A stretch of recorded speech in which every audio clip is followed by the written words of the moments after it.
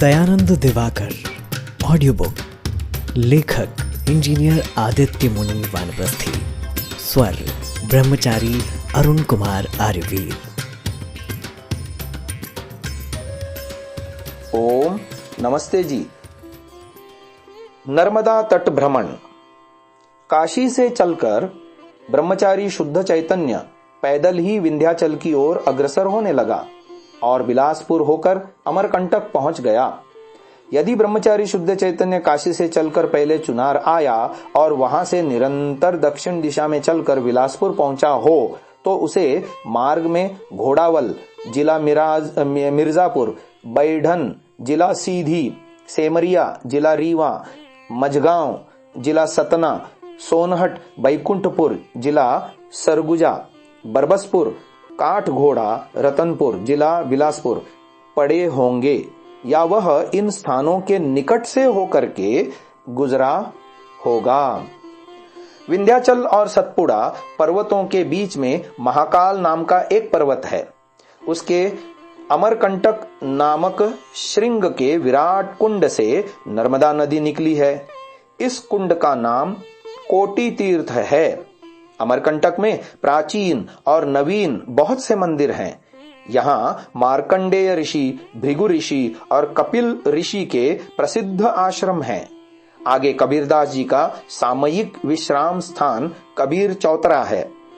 कपिल धारा और दुग्ध धारा नाम के दो जलप्रपात इसके समीप ही हैं। ज्वाला नदी का उद्गम, नीलगंगा का संगम और चक्रतीर्थ भी समीप ही हैं। थोड़ी दूर पर आचार्य शंकर द्वारा स्थापित ऋण मुक्तेश्वर मंदिर और कुकुर मठ मिलते हैं। सोनभद्र नदी, जिसे सोनभद्र कहते हैं, का उद्गम भी यहीं से दूर नहीं है। ब्रह्मचारी शुद्ध चैतन्य इन सब स्थानों पर ही योग सिद्ध साधकों के संधान में गया था, परंतु इन सभी स्थानों पर वे उसे नहीं मिले। सर्वत्र उसे पुजारी लोगों की ही भीड़ भाड़ दिखाई थी। नर्मदा नदी मध्य प्रदेश और गुजरात होती हुई अरब सागर की खाड़ी काम्बे में मिलती है। नर्मदा लगभग 100 योजन लंबी है। 100 योजन अर्थात 100 गुणित 4 गुणित 2 बराबर 800 मील। नर्मदा की वास्तविक लंबाई 815 मील या 1310 किलोमीटर है। ब्रह्मचारी शुद्ध चैतन्य धीरे धीरे नर्मदा नदी के उत्पत्ति स्थल की ओर से अग्रसर होने लगा। अमरकंटक से वह मंडला आया, जहां पुराने मंदिर बहुत से हैं। नर्मदा के उस पार व्यासाश्रम है, जहां जाकर वह वहां के महंत श्रीमान कर्मानंद स्वामी से मिला, जिन्होंने उसे 7 दिन तक हठयोग का उपदेश दिया था। उनके उपदेश का सारांश यह था, हठयोग के अभ्यास से योगी शीत, ऊष्म, क्षुधा, तृष्णा, निद्रा, आलस्य, जरा और वार्धक्य पर विजय लाभ करता है। उसे अटूट स्वास्थ्य, मानसिक बल और आत्म संयम की शक्ति प्राप्त होती है। हठयोगी का आहार स्वल्प होता है और आहार छोड़कर भी हठयोगी महीनों रह सकता है। इसलिए तुम हठयोग का स्वाध्याय और अभ्यास करो। ब्रह्मचारी शुद्ध चैतन्य ने उनका यह उपदेश शिरोधार्य किया और उनसे आसन 6 और मुद्राओं का अभ्यास सीखा। त्राटक, नाड़ी शुद्धि, नेति क्रिया, नासापान, बस्ती क्रिया, धौती क्रिया और प्राणायाम का भी अभ्यास किया। एक बार स्वामी जी के पैरों पर फुंसियां निकल आईं। उन्होंने कहा कि उदर में कुछ विकार है, अतः वह 3-4 मनुष्यों को साथ में लेकर यमुना पर न्यौली क्रिया करने के लिए चले गए। वहां जल में बैठकर 3 बार मलद्वार से जल खींचा और बाहर आकर नाभि चक्र को घुमाकर उसे बाहर निकाल दिया, जिससे उदर शुद्ध हो गया। इससे वह कुछ निर्मल हो गए। डेरे पर आकर दाल भात खाया और अपने साथियों से कहा कि हमने यह क्रिया नर्मदा किनारे एक कनफटे योगी से सीखी थी। ये महर्षि दयानंद सरस्वती जी का जीवन चरित्र भाग 1 पृष्ठ संख्या 108 पर लिखी हुई बात मिलती है। फिर आगे मंडला में रहते हुए ब्रह्मचारी शुद्ध चैतन्य ने हृदय नगर, मधुपुरा घाट, सीता रपटन, लुकेश्वर और नंदिकेश्वर घाट में जाकर भी योगियों की खोज की थी। हृदयनगर बंजर नदी के किनारे पर था। यह नदी नर्मदा से मिल गई है और दो नदियां सुरपन और मटियारी बंजर नदी के साथ मिल गई हैं, इसलिए इसका नाम त्रिवेणी है। नर्मदा और बंजर नदी के संगम पर ही मंडला यानी मध्य प्रदेश का एक जिला केंद्र स्थित है। हृदयनगर उससे 5 मील दक्षिण में बंजर नदी के तट पर है, जिसे 1664 ईस्वी में हृदय शाह ने बसाया था। मटियारी और सुरपन नदियां बंजर नदी के पूर्व में हैं और हृदयनगर में उससे मिलकर त्रिवेणी संगम बनाती हैं। मधुपुरा घाट का दूसरा नाम घोड़ा घाट है। यहाँ मार्कंडेय ऋषि का आश्रम है। योगिनी गुफा नामक स्थान भी इस स्थान के पास ही है। यहाँ बहुत से साधुओं से ब्रह्मचारी शुद्ध चैतन्य की भेंट हुई। उनमें उसे योगी पुरुष कोई भी नहीं मिला। नंदिकेश्वर घाट से थोड़ी दूरी पर हिंगना नदी नर्मदा से मिलती है। योगियों के संधान में यहाँ भी ब्रह्मचारी शुद्ध चैतन्य कई बार गया, परंतु केवल भक्त साधु लोग ही उसे मिले। योगी साधक कोई नहीं मिला। मंडला से वह देवगांव, सिंधरपुर और देवकुंड भी गया। श्रृंगी ऋषि का आश्रम सिंधरपुर में है। देवकुंड में उसने जलप्रपात देखा। बहुत ऊपर से यहाँ जल गिरता है। देवगांव के पास नर्मदा में बडनेर नदी और देवकुंड के पास नर्मदा में खरमेर नदी मिलती है। इन सभी स्थानों पर भी उसे कोई योगी साधक नहीं मिला। मंडला से ब्रह्मचारी शुद्ध चैतन्य जबलपुर आया। इसका दूसरा नाम जाबालीपत्तन है। यहाँ जाबाली ऋषि का आश्रम था। यहाँ से वह योगियों की खोज में तिलवारा घाट, भारतीय राष्ट्रीय कांग्रेस भारतीय राष्ट्रीय कांग्रेस का 32वां अधिवेशन मार्च 1939 ईस्वी में यही हुआ था, जो त्रिपुरी अधिवेशन के नाम से भी प्रसिद्ध है। तो योगियों की खोज में शुद्ध चैतन्य जी तिलवारा घाट, मुकुट क्षेत्र, त्रिशूल घाट, लमेटी घाट, गोपालपुर घाट, भेड़ा घाट, जलेरी घाट और बेलपटार घाट आदि स्थानों पर भी गया था। भेड़ा घाट के पास धुआंधार जलप्रपात है। त्रिशूल घाट में त्रिशूल तीर्थ, लमेटी घाट में नर्मदा में सरस्वती नदी का संगम, भेड़ा घाट में भृगु का आश्रम और रामनगरा में मुकुट क्षेत्र को उसने देखा। जलेरी घाट में एक साधु से उसे पता चला कि जबलपुर के आसपास कोई योगी पुरुष नहीं है। जबलपुर से ब्रह्मचारी शुद्ध चैतन्य ब्रह्मांड घाट आया। यह नरसिंहपुर जिले में नर्मदा पर स्थित एक घाट है, जो आजकल बरमान घाट के नाम से प्रसिद्ध है। यह नर्मदा और शेर नदी के संगम पर है। यहाँ नर्मदा के अंदर द्वीप है और सप्तधारा तीर्थ हैं। ब्रह्मांड घाट से थोड़ी दूरी पर नर्मदा 2 धाराओं में बट गई है, जिससे बीच में एक द्वीप सा बन गया है। चट्टानों के कारण नर्मदा आगे जाकर कई धाराओं में विभक्त हो जाती हैं। वहां से वह पिठोरा, गदारू, पिपरिया घाट, हरणी संगम, बुध घाट, सहस्रावर्त तीर्थ, सौगांधिक तीर्थ, सप्तर्षि वन, अंडिया घाट, शांकरी गंगा संगम, काश्यपाश्रम, शक्कर नदी संगम। शक्कर नदी दक्षिण दिशा की ओर से गाडरवारा की ओर आकर नर्मदा में मिलती है। जनकेश्वर तीर्थ, धर्मशिला, दुग्धी नदी संगम शक्कर नदी के संगम स्थल से कुछ आगे दुग्धी नदी का नर्मदा से संगम होता है। यह नदी भी दक्षिण दिशा से ही होकर नर्मदा में मिली हुई है। फिर साई खेड़ा होशंगाबाद जिले में है और खांडे नदी पर गया। इसका नाम केउधान घाट है। इनके अंदर लगभग सभी तीर्थों का शुद्ध चैतन्य ने भ्रमण किया, लेकिन वहां उसे कोई अनुभवी योगी पुरुष नहीं मिला। केउधान घाट से योगियों के संधान में ब्रह्मचारी शुद्ध चैतन्य आगे बढ़ा और होशंगाबाद आया, जहां बहुत से मंदिर हैं। इससे पूर्व नर्मदा के दक्षिणी तट पर तवा नदी का संगम है। होशंगाबाद से पहले ही तवा नदी नर्मदा से मिलती है। जिस पर 20वीं सदी में प्रसिद्ध तवा बांध बांधा गया है। इसके आगे सूर्य कुंड है। यहां से आगे गौ घाट में 16 योगिनियों और 2 सिद्ध पुरुषों के स्थान हैं। यह तांत्रिक और वाम मार्गियों का प्रधान केंद्र है। नौदनेर में काल भैरव और महाकालेश्वर शिव के मंदिर हैं। शुद्ध चैतन्य ने सुना था कि यहाँ भी कभी कभी नरबली होती है। इसके आगे महर्षि भृगु का भृगुकच्छ आश्रम है। इसके आगे मारू नदी के संगम में पांडवों की तपोभूमि है। इसका नाम पांडुदीप पड़ा। यहाँ से आगे नर्मदा के दक्षिण तट पर कणक नदी का संगम है। इसके आगे आकाशदीप तीर्थ है। इसके आगे कुब्जा नदी का और आगे अंजनी नदी का संगम है। यहाँ शांडिल्य ऋषि का आश्रम और गौरी तीर्थ है। इससे आगे गोमुख घाट है और हत्याहरण नदी का संगम है।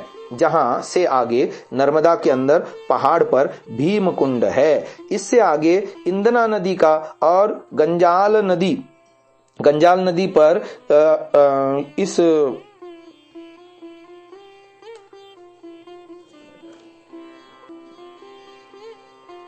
दयानंद दिवाकर के लेखक श्री आदित्य मुनि जी का कथन है कि उन्होंने अपने सेवारंभ के समय 1959 ईस्वी में हरदा में रहते हुए सर्वेक्षण किया था। आगे गोना नदी के संगम पर जमदग्नि ऋषि की तपोभूमि है। आगे बागदी का संगम है।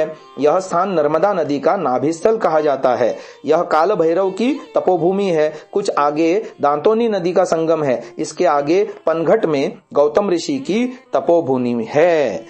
गौतम ऋषि की तपोभूमि के समीप ही धर्मपुरी है और मानधारा का जलप्रपात है। इसी के आगे जंगल के अंदर काल भैरव की गुफा है। वहां किन्हीं योगी और सिद्ध पुरुषों के होने की आशा शुद्ध चैतन्य ने छोड़ दी थी। इस प्रकार नर्मदा के दोनों तटों में अन्यान्य बहुत सी उपनदियां आकर मिलती हैं। नदियों के संगम स्थलों में बहुत से तीर्थ हैं। प्राचीन काल से ऋषि मुनियों के नाम पर बहुत से आश्रम बन गए हैं। साधु तपस्वी लोगों के साधना करने के लिए और साधना शिक्षा देने के लिए यहाँ साधन क्षेत्र भी बन गए हैं। काशी में परमहंस सच्चिदानंद स्वामी से यहाँ के चारणोद, कर्णाली, व्यासाश्रम और आबू पर्वत आदि साधन क्षेत्रों के विषय में शुद्ध चैतन्य ने बहुत कुछ सुन रखा था। इनमें आबू अरावली का श्रृंग विशेष था। अतः इन स्थानों के प्रति उसका विशेष आकर्षण था। घने जंगलों के अंदर वह सकरे और छोटे छोटे रास्तों से चलकर ही यहां तक आया था। कभी कभी ऐसा रास्ता आगे जाकर समाप्त भी हो जाता था। तब स्थानीय लोग उसे बता देते थे कि किस तरफ से और किस रास्ते से जाने पर उसे कौन सा तीर्थ व आश्रम मिल जाएगा। यहाँ दोपहर के समय भी घने जंगलों में अंधेरा रहता है। भूख प्यास लगने से या शाम हो जाने पर उसे बहुत कठिनाई होती थी। जाते जाते बड़े बड़े सांप, हाथी, शेर, रीछ, बराह, जोंक, जहरीले कीट पतंगों के झुंड और बड़े बड़े मांस भक्षी पक्षी मिल जाते थे।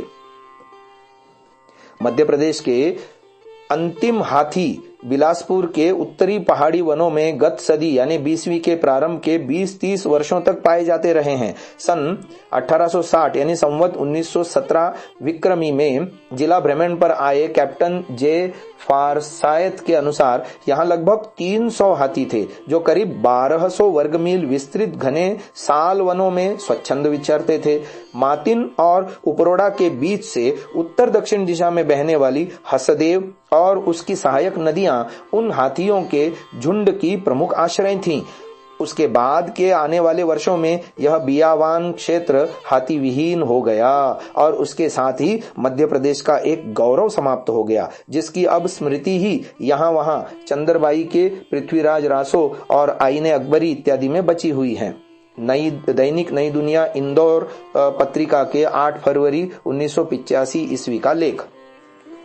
हम आगे पढ़ते हैं कि लेकिन उनमें से किसी ने भी जो हिंस्र पशु आदि थे हमारे चरित्र नायक को हानि नहीं पहुंचाई। इस प्रकार वह नदी के इस पार से उस पार जाया आया करता था।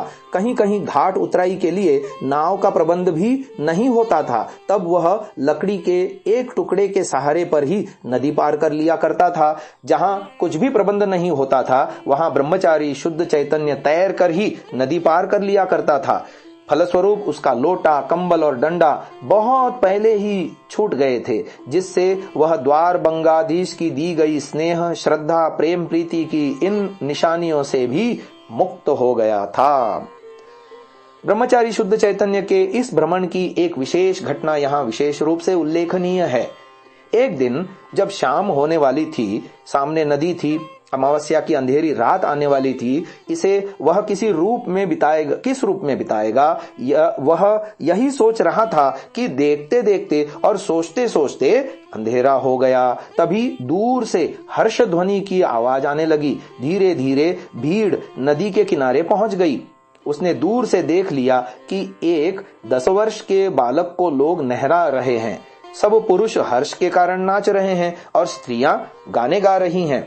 एक माता बार बार उस लड़के को पकड़ने के लिए आती थी, किंतु लोग उस माता को धकेल देते थे। यह क्या बात है, यह जानने के लिए शुद्ध चैतन्य वहां पहुंच गया। तब उसे वहां बताया गया कि आज अति पुण्य मौनी अमावस्या है।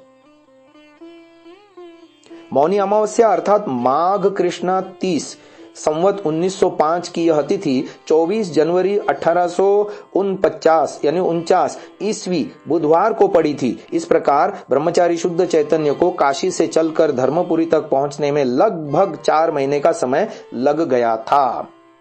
तो काल भैरव की गुफा में आज मध्यरात्रि को काल भैरव जो कि शिवजी के प्रमुख गण हैं, जो ब्रह्मचारी शुद्ध चैतन्य के कुल के भी भैरव थे, उनकी सेवा में इस निष्पाप, निर्दोष और शुभ लक्षण युक्त ब्राह्मण बालक को बलिवेदी पर चढ़ाया जाएगा, जिससे इसके माता पिता को पुजारियों की ओर से 50 रुपए प्राप्त हुए हैं। पिता काल भैरव की कृपा को अनुभव करके धीर, स्थिर और शांत हैं, किंतु मूर्ख और अभागिनी माता ने काल भैरव की इतनी बड़ी कृपा को नहीं समझा। प्रतिवर्ष केवल एक बार इस मौनी अमावस्या की पुण्यतिथि में काल भैरव को इस रूप में एक सुलक्षण युक्त ब्राह्मण बालक भेंट रूप में दिया जाता है। इसमें रोने की क्या बात है। आज मध्य का रात्रि को ही यह बालक बलिदान के साथ साथ मनुष्य देह छोड़कर गंधर्व लोक को चला जाएगा। इस बात को सुनते ही शुद्ध चैतन्य के मन में 3 चिंताएं उत्पन्न हो गई। पहली, मेरी माता ने मुझ पुत्र को केवल खोकर ही देह त्याग किया था। अपने पुत्र का यह बलिदान देखकर यह माता कैसे जीवित रहेगी। दूसरी, इस सामाजिक महापाप के दंड भोग के लिए ही हमारी पुण्य मातृभूमि धीरे धीरे विदेशी वणिकों के शासन में जा रही है। तीसरी, धर्म के नाम पर ऐसे ऐसे महापाप ऋषियों के देश में कैसे चालू हो गए। ब्रह्मचारी शुद्ध चैतन्य से यह करुण और भयंकर दृश्य देखा नहीं गया। काल भैरव का यह स्थान धर्मपुरी जिला धार में नर्मदा के उत्तरी तट पर स्थित है। इस स्थान को इस कथा के लेखक आदित्य मुनि जी कह रहे हैं कि उन्होंने स्वयं खरगोन में रहते हुए सन 1964 से 67 ईस्वी में देखा है। इसके ठीक उत्तर में 23 किलोमीटर की दूरी पर प्रसिद्ध पर्यटन स्थल मांडू यानी मांडवगढ़ है, जहां से नर्मदा एक रजत धारा सी दिखाई पड़ती है। रानी रूपमती मांडवगढ़ से इसे प्रतिदिन देखा करती थी। तो काल भैरव का यह स्थान धर्मपुरी से लगभग 2 योजन की दूरी पर जंगल के रास्ते के पास बारंगा नाले के साथ साथ है। धर्मपुरी फलघाट के सम्मुख नर्मदा नदी के उत्तर तट पर है। फतेहगढ़ से कोई 1 योजन दूरी पर ही यह स्थान है। मुगल साम्राज्य के समय जंगलों में अनेक छोटे छोटे किलों का निर्माण किया गया था। उन्हीं में से यह हो सकता है फतेहगढ़। बलिदान की शोभा यात्रा के अंदर जाकर रक्त चंदन से अनुलिप्त रुद्राक्ष माला परिहित प्रधान पुरोहित से शुद्ध चैतन्य ने कहा कि कृपया आप इस बालक को छोड़ दीजिए, इसके बदले मुझे ही ले लीजिए, मैं भी ब्राह्मण का बालक हूँ। पुरोहित ने कहा कि यह सौभाग्य सबको नहीं मिलता, इस बालक को नहीं छोड़ सकता हूँ क्योंकि यह काल भैरव के पहले ही उत्सर्ग किया जा चुका है।